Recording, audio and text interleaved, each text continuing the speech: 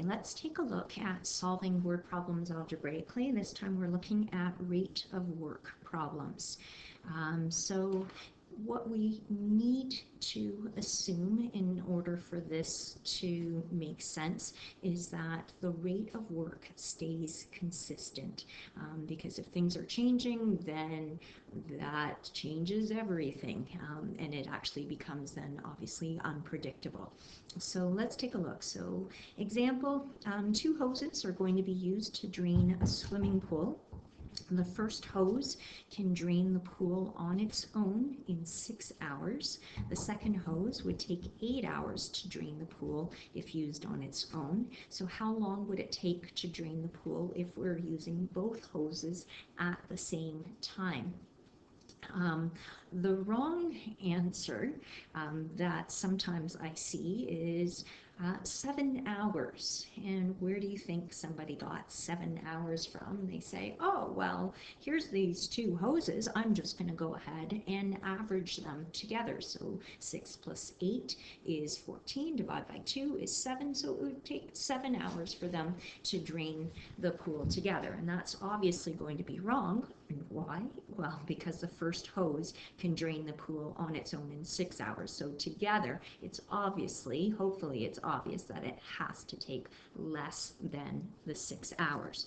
So just to help you to understand a little bit how we're going to come up with the equation, I'm going to draw a little table, and this is just for the purpose of understanding where the equation comes from. You do not have to draw this table every single time. It's just to build that understanding. So our first column, let's take a look if we've got time, and since in this particular case we're looking at hours, and then we're going to look at the amount of the job, so in terms of the pool, so the amount of the job completed,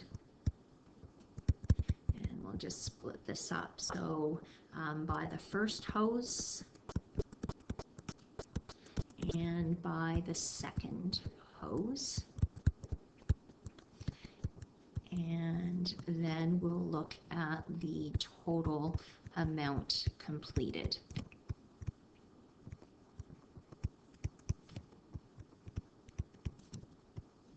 Okay, so I'm just going to use my little ruler tool, whoops, and draw a line here.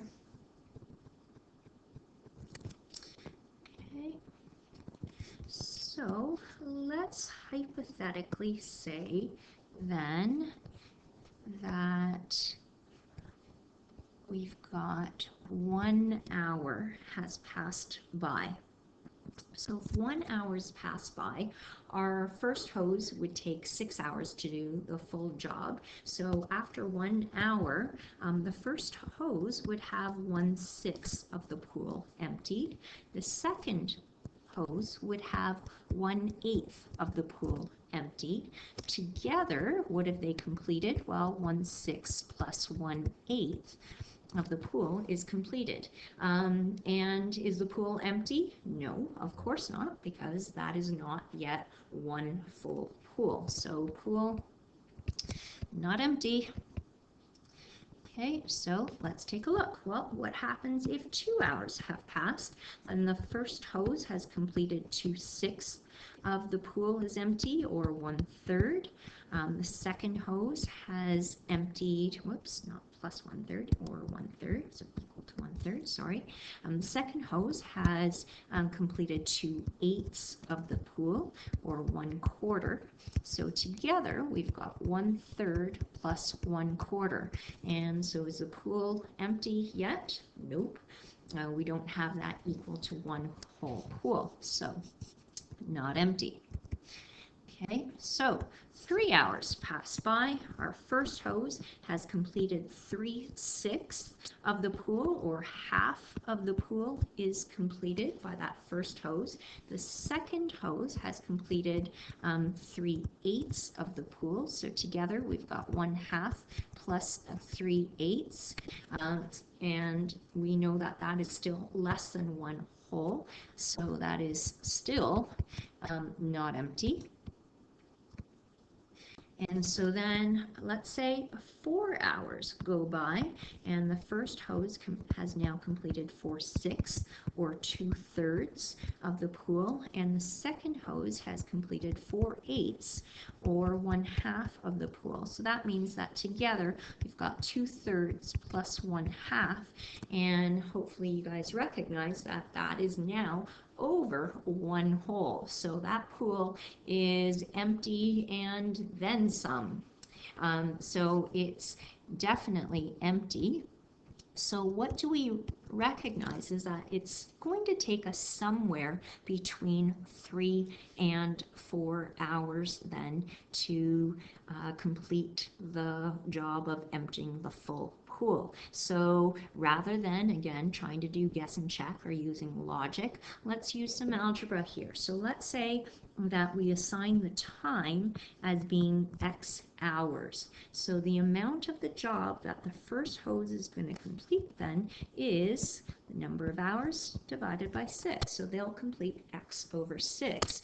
The second hose is going to complete X over 8. So the total amount of the job completed is then X over 6 plus X over 8. So the amount completed by a first hose plus the amount completed by the second hose.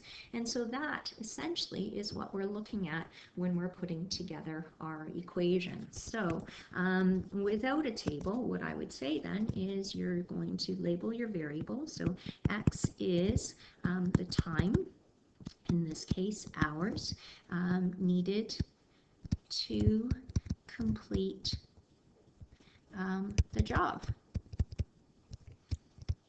So then X over 6, so the amount completed by the first hose plus the amount completed by the second hose has to equal 1 full job. Okay, and so that makes up our equation, and again it makes sense based on our labeling then.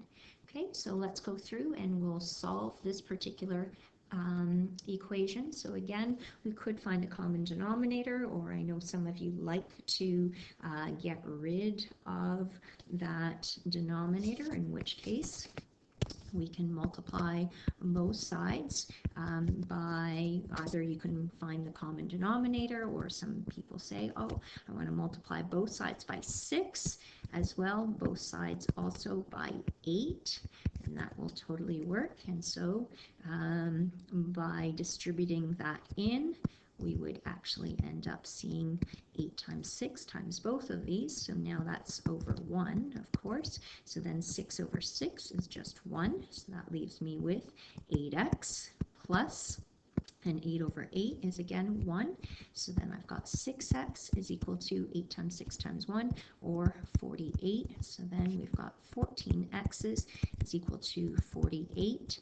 And if we divide both sides by 14, we'll see it doesn't end up being a nice integer value, but we can simplify. So x is equal to 24/7, but that doesn't really make sense. The time taken to empty the pool is 24/7 hours. So here's a time where it makes more sense to give that as a mixed number, and so then that would be 3 3/7 hours.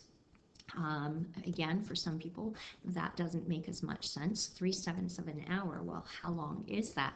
And so hopefully we can change that into minutes as an option. So 3/7 is less than a half, but it's pretty darn close to a half. So we know that it's somewhere around 30 minutes, but it's going to be just less than that. So how do we figure that out?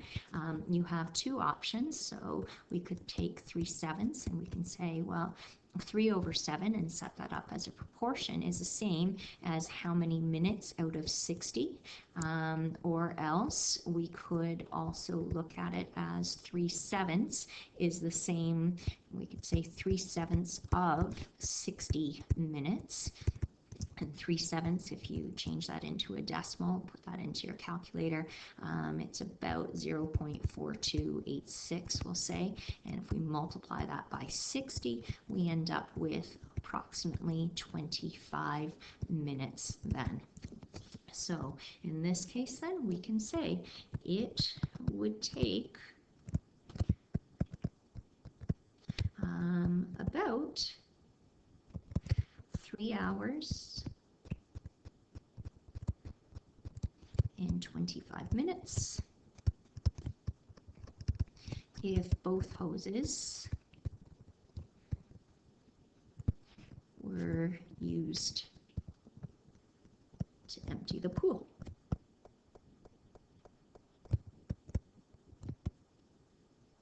Excellent. So thank you, and just let me know if you have any questions.